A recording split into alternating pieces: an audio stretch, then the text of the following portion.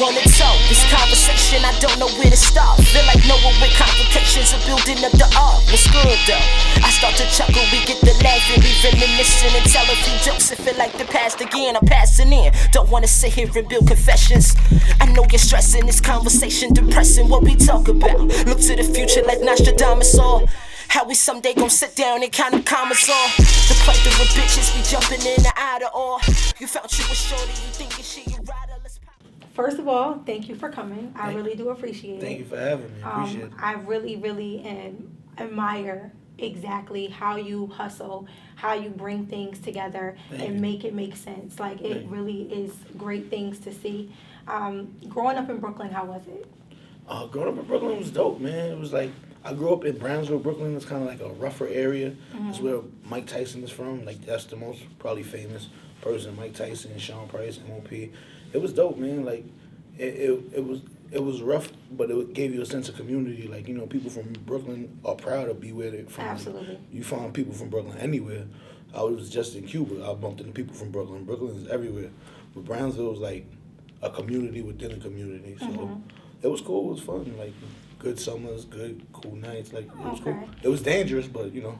It was still finessable. Yeah, that's a fact. Now, a lot of people in the industry, they pull from, you know, the upbringing. They have a lot of broken homes. Did you come from a great foundation? Mother, father in the household, brothers, older sisters. Everybody. I'm the youngest. There's 5 of us. I'm the youngest, so it wasn't no broken home. Like, I had both my parents. I was spoiled. Absolutely. I grew up with a great childhood and a great upbringing. That's wonderful. Any wrong that I did, it was by choice. Okay. Now, with the things that I've read in articles, I talk about how you didn't know that you wanted to be an actual manager. Yeah. But you always knew that you wanted to do something in music. That's a fact. So when exactly was it that it made sense to you? Like, you know what, I'm going to try this. It was just like the natural progression of things. It was just like I was running around with Troy, so it was like, I might as well be a manager, because like it went from one of those things where it was like, yo, just take my man to get your number or whatever and work it out or whatever, and then it was like, take my manager's number, so it just like the natural progression. Exactly. Now, one of your first jobs was at Butch Lewis. Yeah. I gave you one of your first jobs at Def Jam. He had a situation there. Voices Music Group. Yep, it was. So tell us exactly how that experience was. It was dope because like Butch Lewis is like, for rest in peace, Butch Lewis. For a lot of people that don't know about Butch Lewis, he was like one of the first black billionaires in the world. Like, you know, he was very good friends with Bob Johnson at BET. Like, they did a lot of business together. And he was a business manager for a lot of people. So it was like, I'd be around, just before I started working for him, just being around him. And he would have us around Denzel Washington, Anybody you can A-list think of. actor, Jay-Z, any A-list person you think of, they looked up to him.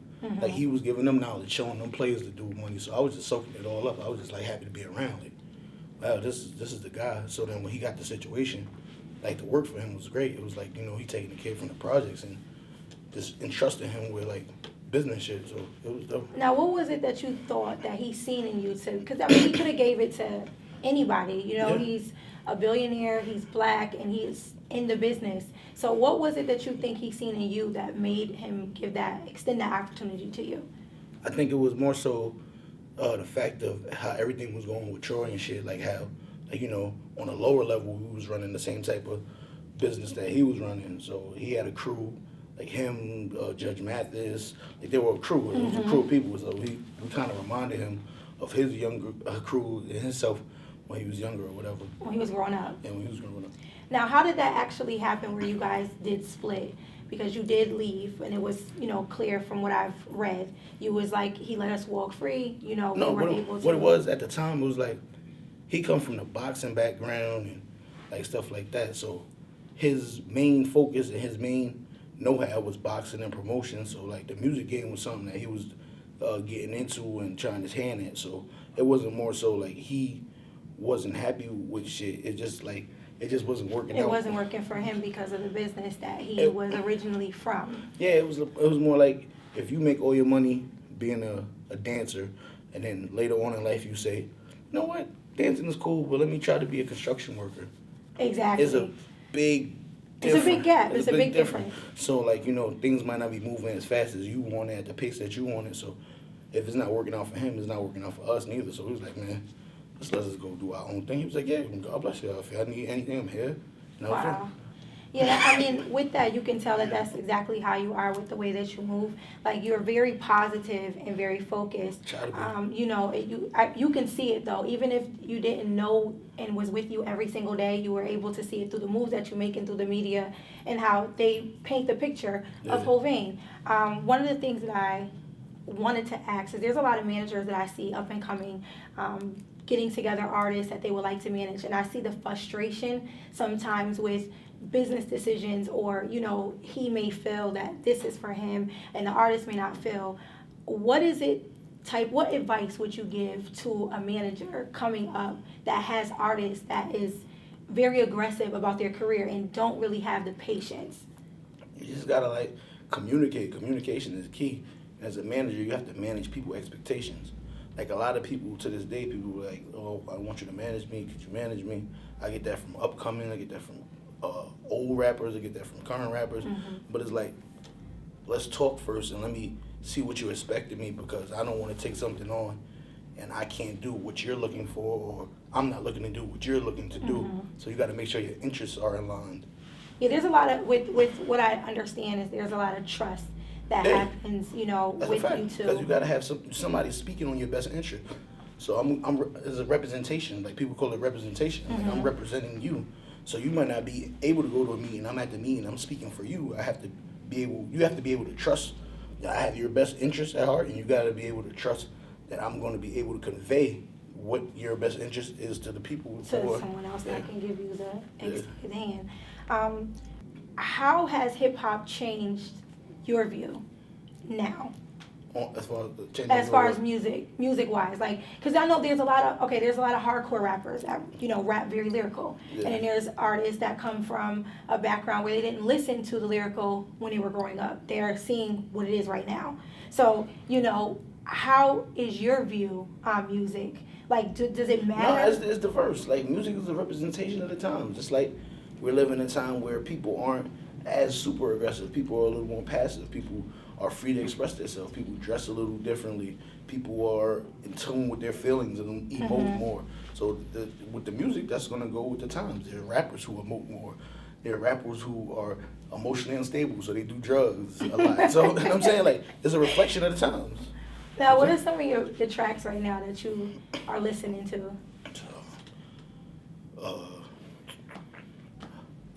I don't know. I listen to Young Lito stuff because I'm working on Young Lito project. I have another artist that I'm working on that I can't say, but I listen to his music a lot. We're finishing up his album. I be all over the place. Like, I'm a big fan of Rick Ross. Rick Ross' album is good. I listen to His Drake album is album. I listen to.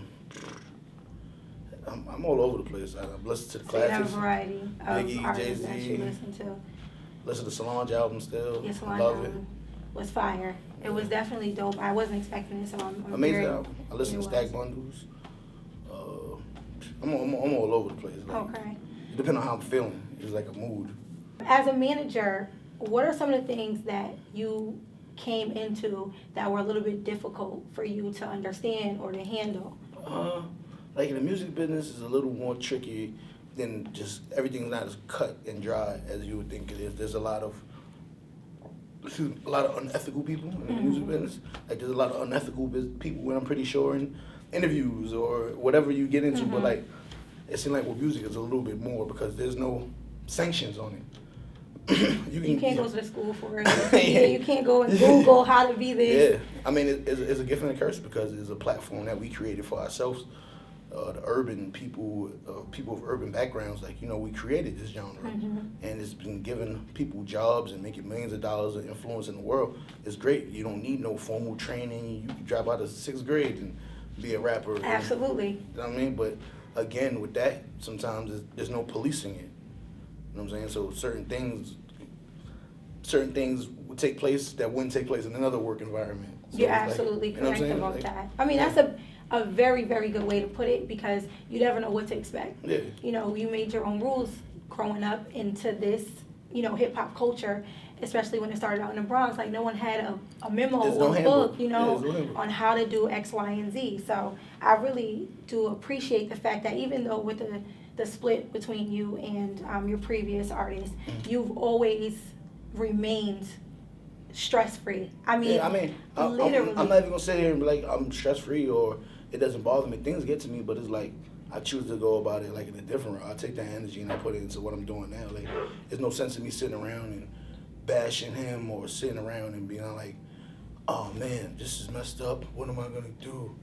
I just try to like push forward and Absolutely, and you can see it in your work. You can see it with your messages. You're very positive, no matter what someone tries to paint, with your name. And I think it's phenomenal because what it also says about you as a manager, like no matter what it says in the media, we're gonna do what we have to do. Yeah, you know what I mean? At the end of the day, it gotta get done. Exactly. Like whether somebody says, yo, I love what you're doing or I hate what you're doing, you still gotta do it. You know what I'm saying? So if you pay me a compliment, I'm gonna say thank you, or if you say something negative, if you have something negative to say about me, I still have to do what I have to do. So I don't get too high on things. I don't believe all the good about me, and I definitely don't believe all the bad. Okay. Now, as far as your management now with you and Lito, when is his album dropping? Or is that something that you don't want to really discuss? No. He's working on a mixtape right now. His mixtape is coming out probably I don't want to put pressure on him, but probably the end of May his mixtape will be done. And then we'll start looking to put out a major release of albums. Okay. Now, with you working with Lito, would you take on other rappers? Yeah. Being that... That's okay. Good ones. I mean, the management game is like dope, it's cool, but that's not what I want to do with the rest of my life. Like I got other aspirations and other goals that I'm trying to transition into now, but like managing is cool. I like managing. Now, you've worked around some big names, Butch Lewis, Chris Lighty, rest in peace. Chris If they were alive today and they were to see your life and your success, which part would they say that you applied their gems that they've put and instilled into you? Butch Lewis always used to say, working on a plan. So he'll be like, damn, if I come up with a plan and carry it through, he'd be like, that's good. I like that. You're working on the plan. Like he always said that. He's working on the plan. And Chris Lighty just was relentless. Like he didn't take no for an answer. He was not about losing, catching errors. he would do whatever. He taking any flight anywhere to be wherever he's supposed to be, and then he still balanced that with a family life. So that was dope. So I would hope that he would be like, yo, you doing your thing too. Yes, I remember reading where you said that Chris was the type of person that if someone gave you a question and he always told you, don't answer it, well, I don't know. Try to say, I'll get back to you. Or, yeah, like be definite. Like don't leave any gray area. That's why when people ask me, can I do something that's no, I'll be like, definitely not, absolutely not. I don't want you to either guess or I don't want you to even be like a linger of Hov misled me or I wasn't clear on what he said. I try to be as transparent as possible. Okay. What are some of the things that you try to, even if you're not going to manage someone, what are some of the things that you do try to tell artists from a positive standpoint? I'd be like, yo, believe in yourself, work hard, try to build a team because you can't do nothing alone. Try to build a team, work hard, believe in yourself, and like it's not gonna be easy. Like there's no easy button. Like I tell niggas all the time, like they feel like getting a manager, yo. I get a manager, and no, that's not it. There's no easy button. You got to work. This shit comes with a lot of work. The rewards are great, but the work has to be even greater. What other business you have going on? I got my show that I'm coming for your Absolutely, absolutely. I should be trying to come for yours. You do a lot of great interviews, by the way. It means a lot coming from a fellow journalist. I got a show that I'm doing. It's called Best Seat in the House. I partner with Fancy.com, and people really like it. I mean, it was something that, like, kind of was thrown to me, and it was like I never thought of. I had any aspirations of being on interview or being in front of the camera, but I tried it, and Now, what made you do it though? Because you're such a natural. You sit down, and I understand that you build some of the relationships. With I seen the one with you did with Adidas, and you actually have a growing relationship with them where you've done exactly a lot of work with them. So, I mean, I know some of them are easier to catch because you have a relationship, and then some are like, you know, the response. I know you'll get back to me. I'm busy. You're busy. You know, because you actually do things in the industry. So, how was the experience from actually sitting in a seat? It's a little more difficult, man, because, like, with music, I might call an artist, like, yo, I'm trying to get with you to do a song. He'd be like, all right, I'll get it to you. We might get together in the studio, or he might email it over. So we get done. Like, with the interview thing is, like, I'll reach out, and then I got to kind of go through their pecking order, and the schedule got to be in line with my schedule, and then, like, you know. It's absolutely the locations and all that. I'm sure you know. Yes, so that's it's a little more difficult, and it teaches you patience, and also it teaches you humility and how to be humble. Like, you know, so now when it's something with my artist and they got to do something with an art or with an interview, I make sure that nigga's early, on time.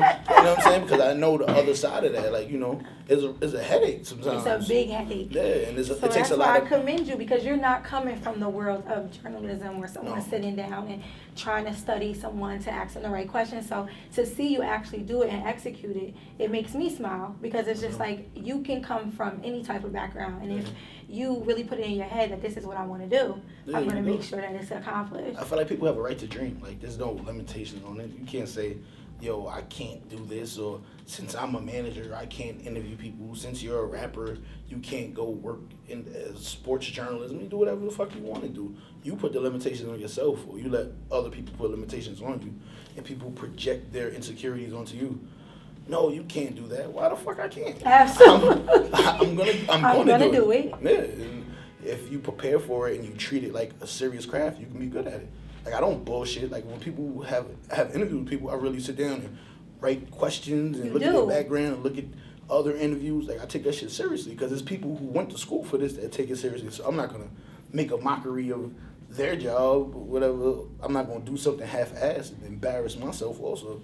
Which you shouldn't, and that's why I appreciate you taking the time out to bring these guests. Like, 'cause some of us can't just go and make that phone call, you know, to grab that individual that you can do. So to see the interview actually unfold is dope, because you're asking the same questions that 9 times out of 10 we would ask. So, you know, it's really dope that's coming from management side. And I'm still learning. Wow. Yeah, of course. I have a lot of great friends that do great things in media and reporters and press, so I ask mad questions. I look at what they do. I show them shit. Like, yo, what did I do wrong? No matter how great people on the internet or people in real life think it is, I be hard on myself, and I let them be hard on me. Like, oh, you should have did this. You're not making enough eye contact. Whatever. So I'm still learning. Absolutely. Is this something that you would tackle on, like, maybe 2 or 3 years from now, or is this something that you just was like, let me put my hand in this and see what I can do? I don't know, man. Like, I like it. I like it a lot. Like, I like it more than I thought I would. I think that it's something that, if it continues to organically grow. Yeah, would you ever go to a major network with it? I don't know, man. Listen, check them out. You might want to go to a major network. I got to talk to my manager. I got to talk to my wait a manager. minute, hold on. Yeah. Now, with you being a manager and having a manager. No, I was joking. I don't know. I would say, wait, That's you too- like that? That's too much. That's I'm too like, wait a much. minute, this must be new. That's too much. If your manager has a manager, or your manager's a rapper himself or something. Yeah, exactly. That's a lot. It starts to get complicated like that. It starts to get a little weird. I'm at no point in journalism where I need a Where manager. you need it, but you never know. You might gotta get a viral one and it just go to spinning. I mean, at that point, then I might call you, like, hey, I need a manager. What are we gonna do? How are we gonna work this out? Yeah. Now, being from New York, everybody always say, like, this city never sleeps. Never. What was it about the city that, because a lot of people say that they grab their hustle. You come here, because I know me, I come here, automatically I just feel it all around me. So what was it that made you realize the 9 to 5 in school isn't for me? It's like, the things they teach you in school is kind of oppressive. It's like an old business mind. Like, I don't have to dress like everybody else. I don't have to work at a typical conventional job to be success. There's other routes to success. There's a million ways, but they teach kids kind of Neanderthal way of thinking. Go to school, go to college, take out loans, pick a field, and then or go to a trade school, get a city job. You know what I'm saying? Like that's not. What about people? What about kids who have dreams? What about the people who color outside the line? True. They're not wrong. They're not wrong. They're not. There's no one way to success. Success. You know what I'm saying? Now, is there any advice that you would give for up and coming managers coming up in the game right now? Work hard, believe in God, trust your abilities, try not to second guess yourself too much, and go for it. Or now my last question. Is there any quotes that you live by? There's a few. Stay humble, stay working.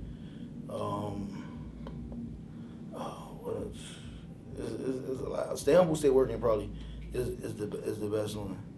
Stay humble, stay working. And there's a new one that people have been telling me recently that I kind of adapted. It says time is the best author. Wow, that's dope. Do you know who? No, people been telling me. I'm not sure where they get it from, but they said time is the best author. Like Wow. a story is not written right now. Like over time, that'll tell. That will tell exactly what's gonna happen and what's the outcome.